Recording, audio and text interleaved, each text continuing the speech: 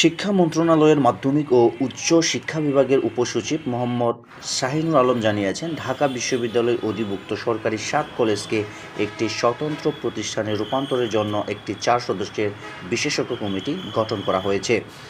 এই কমিটি বিশ্ববিদ্যালয়ের সমকক্ষ হিসেবে কলেজগুলোকে প্রতিষ্ঠিত করবে এবং আগামী 4 মাসের মধ্যে তাদের কাজ সম্পন্ন করবে।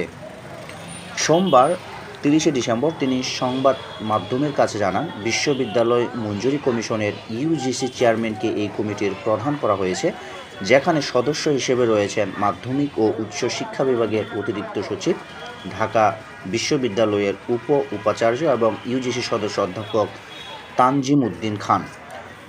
কমিটি গঠনের আদেশে উল্লেখ করা হয়েছে যে ইউজিসির তত্ত্বাবধানে এই কমিটি কাজ করবে। পাশাপাশি উচ্চশিক্ষার প্রশাসনিক অভিজ্ঞতা সম্পন্ন বিশেষজ্ঞদের প্রয়োজন হলে কমিটিতে অন্তর্ভুক্ত করার সুযোগ থাকবে। উল্লেখ্য, ঢাকা কলেজ, ইডেন মহিলা কলেজ, সরকারি শহীদ সোহরাওয়ার্দী কলেজ, কবি নজরুল কলেজ, বেগম বদরুন্নেসা সরকারি মহিলা কলেজ, মিরপুর সরকারি বাংলা কলেজ ও সরকারি তিতুমির কলেজ সহ এই 7টি কলেজ জাতীয় বিশ্ববিদ্যালয়ের অধীনে থাকলেও 2017 সালের 16 ফেব্রুয়ারি থেকে ঢাকা বিশ্ববিদ্যালয়ের সঙ্গে যুক্ত থাকে। এই সংযোগের ফলে কলেজগুলোতে ভর্তি পরীক্ষা, পাঠ্যসূচি ও পরীক্ষা ঢাকা বিশ্ববিদ্যালয়ের মাধ্যমে পরিচালিত হচ্ছিল।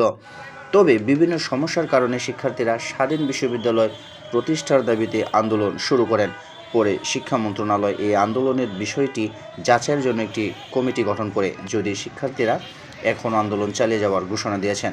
পরে 6 নভেম্বর শিক্ষা উপদেষ্টা ওয়াহিদ উদ্দিন মাহমুদের আশ্বাস পাওয়ার পর আন্দোলন আপাতত স্থগিত করা হয়।